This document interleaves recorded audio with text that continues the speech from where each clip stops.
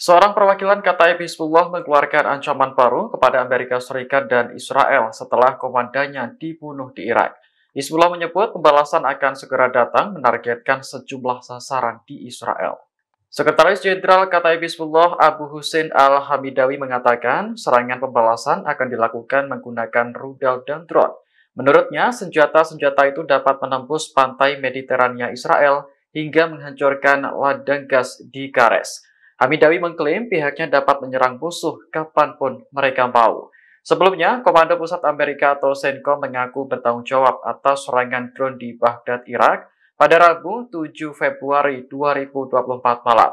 Serangan itu menewaskan dua pejabat Kataib Hizbullah, yakni Abu Bakir Al-Sa'adi dan Arkan Al-Aliyawi.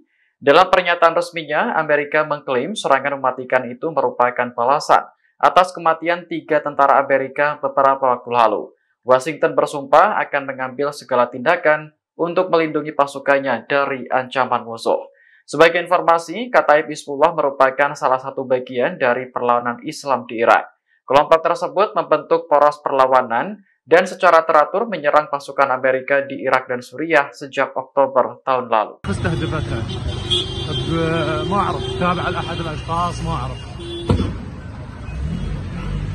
Militan Hamas mengutuk pembunuhan terhadap komandan Kataib Hizbullah di Baghdad, ibu kota Irak.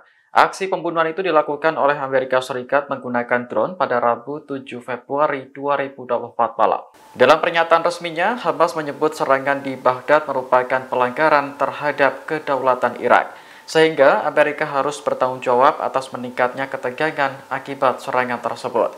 Hamas juga menuduh serangan Amerika di Baghdad merupakan agenda pendudukan Israel dan proyek ekspansionisnya.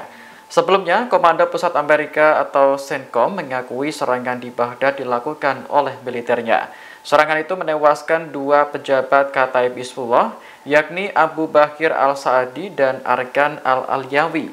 Dalam pernyataan resminya, Amerika mengklaim serangan itu merupakan balasan atas kematian 3 tentara Amerika beberapa waktu lalu.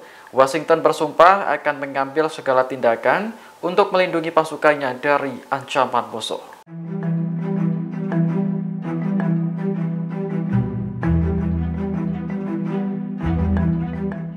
Spanyol telah menghentikan semua izin ekspor senjata ke Israel setelah pecahnya perang di Gaza. Keputusan ini diambil karena Spanyol menyadari pentingnya solusi yang adil terhadap perjuangan Palestina. Menteri Luar Negeri Spanyol José Manuel Álvarez mengatakan pihaknya juga berusaha mematuhi arahan Mahkamah Internasional. Pada Januari 2024 lalu, pengadilan menemukan indikasi bahwa Israel melanggar konvensi genosida di Gaza. Oleh karena itu, Israel diminta untuk mengambil semua tindakan untuk mencegah kejahatan perang. Kasus yang diajukan Afrika Selatan ini masih membutuhkan waktu bertahun-tahun untuk mencapai putusan final.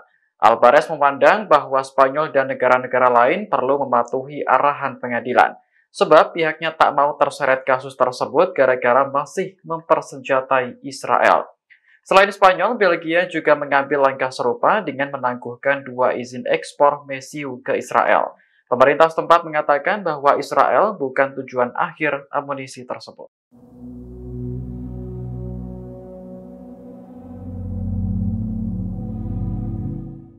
Presiden Iran Ebrahim Raisi mengkritik pengerahan pasukan Amerika Serikat di Timur Tengah.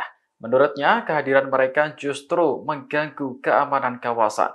Hal itu disampaikan Raisi dalam sebuah upacara di Teheran pada Rabu 7 Februari 2024. Ia menyinggung pengerahan pasukan Amerika di Timur Tengah, baik di masa lalu maupun saat ini, termasuk pasukan yang bertugas di Irak, Suriah, dan Afghanistan.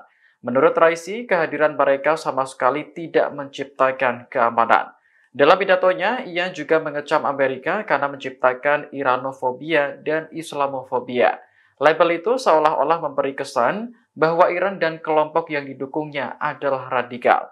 Padahal Amerika sendiri sudah jelas-jelas menjadi pendukung utama Israel dalam perang di Gaza.